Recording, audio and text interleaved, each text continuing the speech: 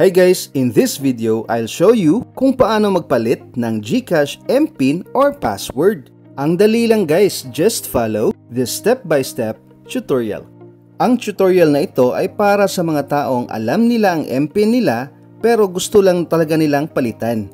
Kasi mas okay kung regular mag-change ng GCash MPIN for your protection. Pero kung nakalimutan mo ang iyong GCash MPIN, ay gagawa ako ng separate tutorial for that. Alright, let's start after this intro.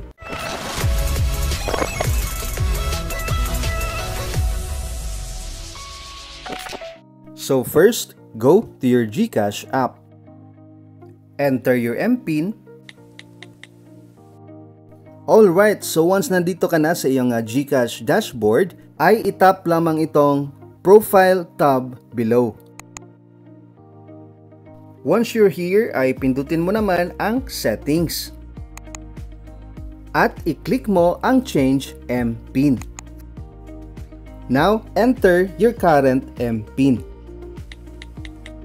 Okay, so you're ready now to set your new MPIN. Itong MPIN ang magsisilbing password mo para makalagin ka sa iyong GCash account. Okay, so sabi dito, for your protection, avoid using weak, easy-to-guess MPIN such as 1234 o 1111 or your birth date. So kung pwede, i-avoid mo yan. Now, enter your new 4-digit MPIN. Then, i-enter mo dito ulit to verify your new MPIN.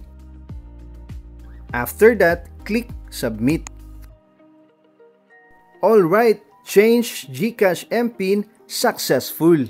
So you will be now logged out of the app. Please log in with your new MPIN. After that, pindutin ang OK. Now, mag-login ka na gamit ang iyong new MPIN. Enter your new 4-digit MPIN. Ayan, so na-open na guys ang aking GCash account using my new MPIN. So, ganun lang kadali guys ang pag-change ng GCash MPIN or password. If you learned from this video, don't forget to hit like and subscribe now.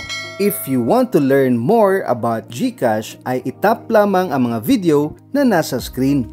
Alright, thanks for watching, God bless, and always remember, live, learn, inspire, value, and enjoy life.